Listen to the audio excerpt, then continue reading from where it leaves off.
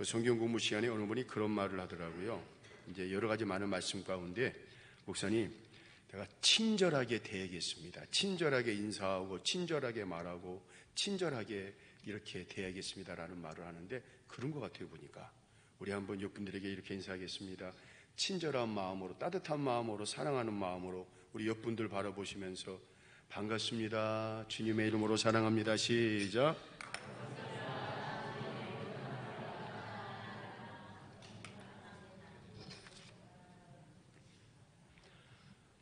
사랑하는 성도 여러분, 지금 우리나라는 대한민국의 미래를 결정지을 그 중대한 분기점에 서 있습니다. 국민의 미래의 삶이 달려있고 이 땅의 방향이 새롭게 결정되는 시간이 지금 점점점 다가오고 있습니다. 그런데 여러분, 우리 앞에 눈에 보이는 현실을 보면 우리의 마음을 너무나 무겁게 합니다. 혼란과 불신과 갈등과 분열, 혐오, 비난이 가득합니다. 세상을 보면 계속해서 누군가를 향해 손가락질하고 분노를 표해냅니다. 국민들이 지쳤습니다. 미래의 주인공들인 청년들도 이 땅에 희망이 없다고 이야기할 정도입니다. 그리고 많은 국민들은 도대체 이 나라가 어떻게 될까, 그 불안함을 떨칠 수가 없습니다. 사회는 어찌 보면 극단으로 치닫고 있고, 어찌 보면 진실은 왜곡되어 있고, 정의는 침묵하는 것 같습니다. 그런데 오늘 본문의 사도 바울이 살던 그 시대도 크게 다르지가 않았습니다.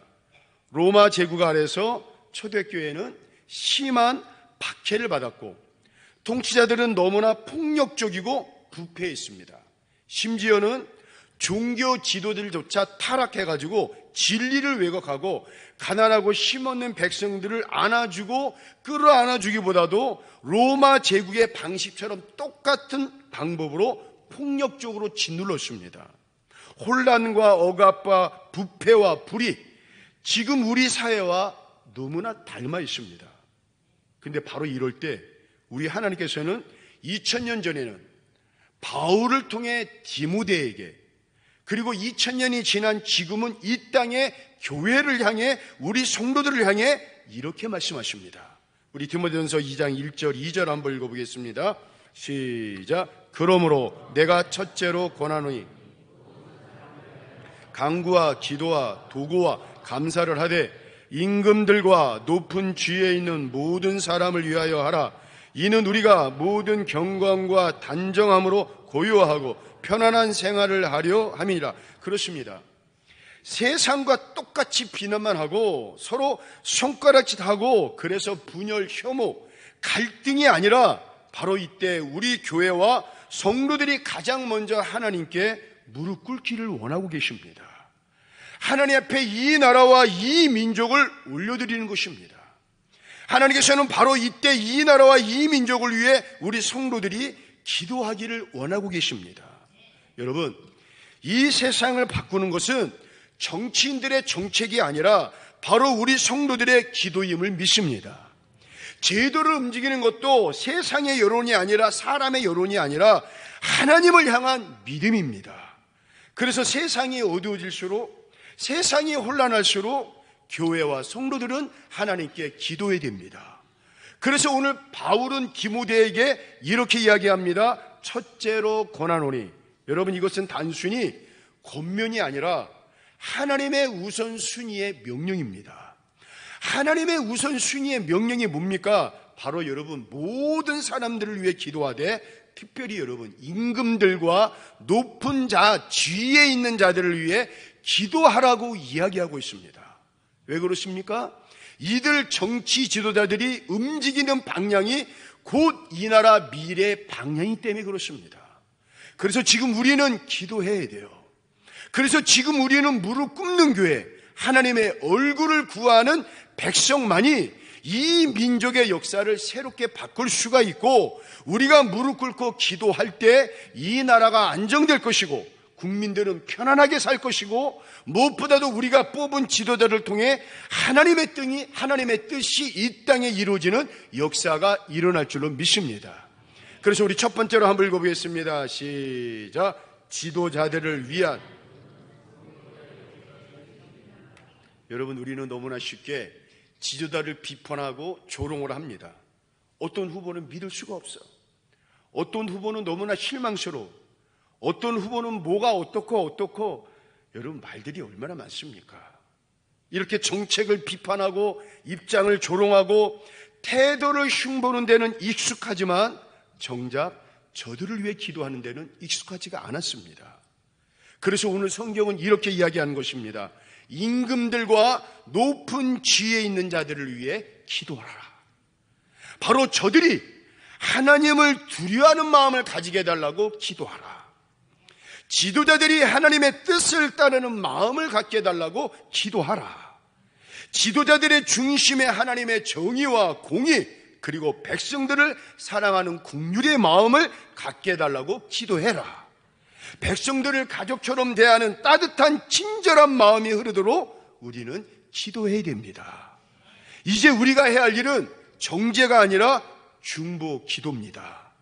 우리 이 나라의 대통령이 누구이든 간에 그 위에 하나님의 공의와 두려움과 지혜가 임하도록 우리는 기도해야 됩니다. 우리 에스더서 4장 15절, 16절, 17절 한번 읽어보겠습니다. 시작. 에스더가 모르드레에게 당신은 가서 수산에 있는 유다인을 다 모으고 나를 위하여 금식하되 밤낮 3일을 먹지도 말고 마시지도 마소서. 나도 나의 시녀와 더불어 이렇게 금식한 후에 규례를 어기고 왕에게 나가리니 죽으면 죽으리다 하니라. 모르드게가 가서 에스더가 명령한 대로 다 행하니라. 그렇습니다. 오늘 우리에게도 에스더와 같은 기도가 필요합니다. 나라의 앞날이 지금 흔들리고 있습니다. 누구를 뽑아야 할지 혼란스럽습니다. 그런데 먼저 금식하며 무릎 꿇는 성도들이 필요합니다. 에스더가 죽으면 죽으리라는 각오로 왕 앞에 나갔듯이 오늘 우리도 여러분 최소한 이런 작은 심정의 마음으로 하나님 앞에 엎드려 기도할 때임을 믿습니다. 정치적인 계산보다도 영적인 책임으로 기도할 때입니다. 이 땅의 지도자들을 위해 하나님의 공의와 자비가 흐르게 하여 주시옵소서. 그리고 그들을 통해 우리 민족의 길이 하나님의 정의와 하나님의 평화가 나아가도록 바로 이때 간절히 기도하시는 모든 분들 되기를 주의 이름으로 축원을 드리겠습니다.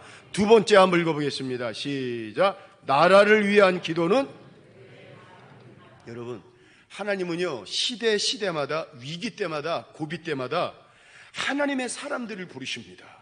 그리고 하나님의 사람들을 세우십니다. 그리고 여러분, 그 시대를 살리시는 분 여호와 하나님이십니다.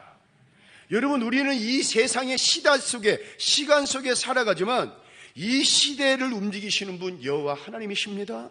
이 시대의 시간도 만주시는 분 우리 여호와 하나님이십니다. 노아의 시대를 보세요. 온 땅에 죄악이 가득하고 사람의 모든 생각과 계획이 악할 뿐이었던 시대였습니다. 하나님의 심판을 도저히 피할 수가 없습니다. 그러나 하나님은 그 어두운 시대 속에서 하나님과 동행한 의인 노아를 기억하셨습니다. 하나님은 노아의 믿음과 순종을 통해 방주를 준비하게 하셨고 그 방주를 통해 생명을 보존하시고 새로운 시작을 허락하셨습니다. 노아 한 사람의 믿음의 순종이 온 인류의 회복이 씨앗이 되었던 것입니다. 여러분, 모세 시대를 보세요. 이스라엘 백성들이 400년 동안 애굽의 노예로 살아가고 있었습니다. 도저히 내일의 미래와 희망이 보이지 않습니까? 온 백성들은 고통의 신음과 절망의 세월을 보내고 있습니다. 끝났구나. 이제 이스라엘 민족은 끝났구나. 그런데 여러분, 우리 하나님은 그 시간을 그냥 흘러보내지 않으십니다. 하나님은 미디안 광야에서 한 사람, 기도하며 훈련된 사람, 바로 모세를 준비시키십니다. 그는 말이 느리고 자신감이 없었지만 하나님은 그의 믿음의 순종을 통해 이스라엘 백성들 앞에 가로막고 있던 홍해를 가르게 하시고 출애굽을 이루셨고 마침내 이스라엘 백성들을 하나님이 약속하신 가나안 땅으로 이끌어 내십니다. 바로 모세 한 사람의 믿음의 발걸음이 민족 전체 역사를 바꾸게 하십니다. 포로기 이후에 이스라엘 민족은 어떻습니까? 바벨론한테 망하고 아스르한테 망하고 이스라엘 민족의 60%가 전 세계로 다 흩어졌습니다. 이스라엘 땅에는 남는 게 없습니다. 도저히 내일의 미래와 희망이 없습니다. 그런데 여러분, 그 포로기 이후에 하나님께서는 느헤미야와 에스라를 사용하십니다. 이스라엘은 죄로 인해 나라가 무너지고 성전은 불타고 백성들은 바벨론과 페르시아 땅에 다 흩어졌습니다. 그러나 하나님은 여전히 회복의 계획을 가지셨고 하나님의 때에 맞춰 준비된 사람을 사용하십니다. 느헤미야는 바로 무너진 성벽을 재건하는 리더였고 에스라는 하나님의 말씀을 백성들에게 다시 가르치며 영적 개혁을 이끈 제사장이었습니다. 그들은 정치, 신앙, 공동체 회복을 동시에 이루며 이스라엘을 다시 하나님의 백성답게 세워나갑니다. 여러분, 지금 이 시대의 노아가 누굽니까? 이 시대의 모세, 이 시대의 느헤미야, 에스라가 도대체 누구입니까? 바로 여러분, 하나님을 믿고 하나님 앞에 기도하며 하나님 앞에 순종하려는 오늘의 교회와 우리 성도들입니다. 나라가 흔들리고 정치로 인해 불안하고 혼란과 갈등이 깊어질수록 하나님은 하나님의 사람과 그 사람들이 다니는 교회를 찾으십니다. 그리고 반드시 그들과 그 교회를 통해 이 땅과 이 시대를 회복시켜 주십니다. 그러므로 사랑하는 성도 여러분, 우리의 기도가 멈춰서는 안 됩니다. 하나님은 지금도 이 나라를 위해 준비된 한 사람, 특별히 기도하는 한 사람을 찾고 계십니다. 특별히 그 사람이 여러분들이 되시고 그 교회가 우리 교회가 되기를 이 시간 간절히 축원합니다. 오늘 이 대한민국에도 우리 하나님은 이 땅에 교회와 성도들을 남겨주셨습니다. 그래서 교회는 이 땅의 길잡이가 되어야 돼요. 교회가 흔들리면 나라가 흔들립니다. 교회가 잠들면 이 사회가 어두워지기 시작합니다.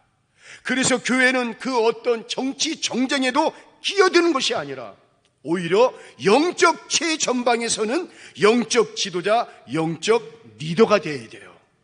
그래서 이 땅의 교회들이 해야 할 일은 어느 것을 지지하는 것도 아니요, 누구를 선동하는 것도 아닙니다. 오직 하나님 앞에 무릎 꿇고 주님, 이 민족을 불쌍히 여겨 주시옵소서. 주님, 주님의 뜻이 이 땅에 이루어지게 하여 주시옵소서.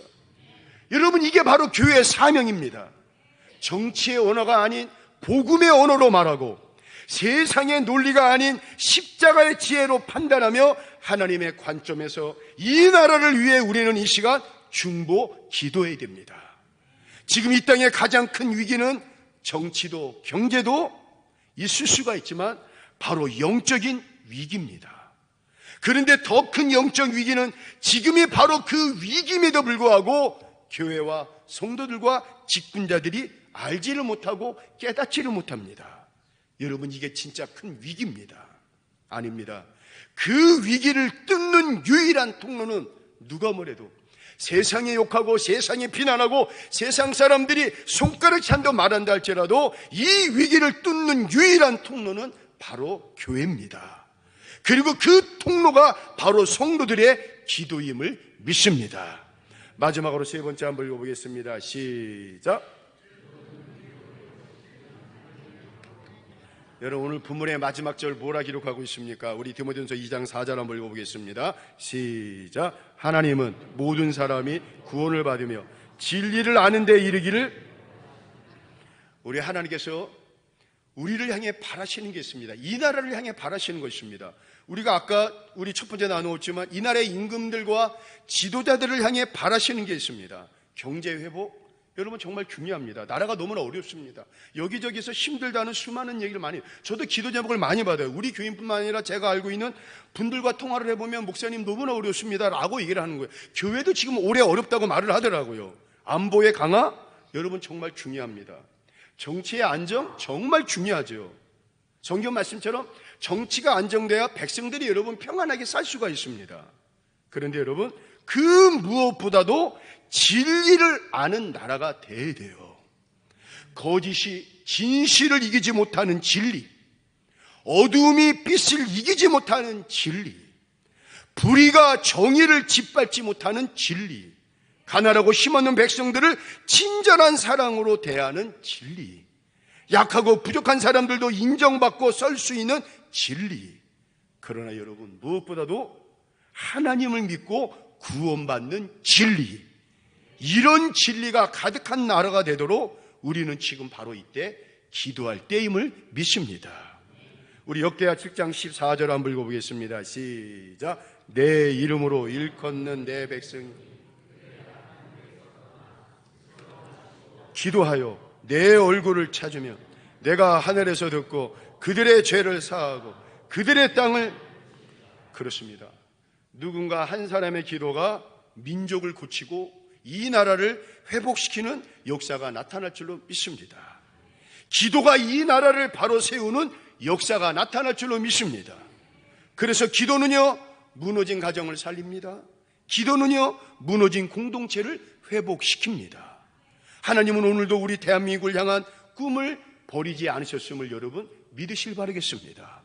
앞으로 통일한국이 되고 선교한국이 되고 전 세계를 향해 뻗어나가며 하나님의 귀한 복음을 전파하는 곳, 개척교회도 삼각교회도 어려운 교회도 부흥하는 역사, 산골 오지에 있는 외딴 섬의 주의 종들도 자신감과 당당함의 마음을 가지고 목회할 수 있는 그런 교회, 이 땅의 모든 백성들이 하나님의 은혜 가운데 주님의 친절한 사랑과 지도자의 친절한 사랑을 받으며 마음껏 살 수 있는 축복의 나라, 바로 그 나라를 통해 전 세계에 복음을 전파하길 원하시는 우리 하나님의 거룩한 뜻이 분명히 있습니다. 그래서 우리 대한민국이 진리를 아는 나라, 구원이 흘러가는 나라, 그리고 복음의 통로가 되는 나라를 우리 하나님은 원하십니다. 후보자들의 말보다도 하나님의 말씀이 중심이 되어야 돼요. 결과보다도 하나님의 계획이 앞서가게 하여 주시옵소서. 지도자의 성품보다 그 지도자들 안에 하나님의 통치가 드러나게 하여 주시옵소서. 사랑하는 성도 여러분, 이런 기도를 드리는 민족은 절대로 망하지 않고 무너지지 않습니다. 하나님은 기도하는 한 사람 때문에 민족을 살리십니다.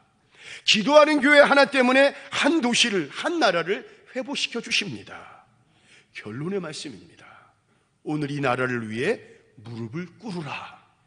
사랑하는 성도 여러분, 오늘 우리는 중요한 선택의 갈림길에 서 있습니다. 정말 중요한 것은요, 우리가 어떤 신앙의 태도를 갖고 있느냐, 그리고 우리가 어떻게 지금을 위해 기도하느냐, 거기에 달려 있습니다. 한 주간 바로 이때 이 나라를 위해 기도하라. 주여, 이 나라를 불쌍히 여겨 주시옵소서. 이 민족을 고쳐 주시옵소서. 주의 정의와 자비가 강물처럼 이 땅에 흐르게 하여 주시옵소서. 하나님의 뜻을 이 땅에 이루어 주시옵소서. 그리고 우리가 이렇게 결단했으면 좋겠어요. 이제 우리는 그 누구도 비난하지 않고 오히려 기도하겠습니다. 포기하지 않고 끝까지 하나님의 뜻이 이루어지도록 우리 무릎을 꿇겠습니다. 그렇습니다. 하나님의 백성이 깨어날 때 이 나라는 반드시 다시 살아납니다. 기도하는 자가 바로 서 있을 때 하나님의 역사는 다시 움직입니다. 이 나라를 위해 지금 바로 이때 기도하시는 우리 세길의 모든 성도들 되시기를 이 시간 주의 이름으로 축원을 드리겠습니다. 우리 찬양하겠습니다.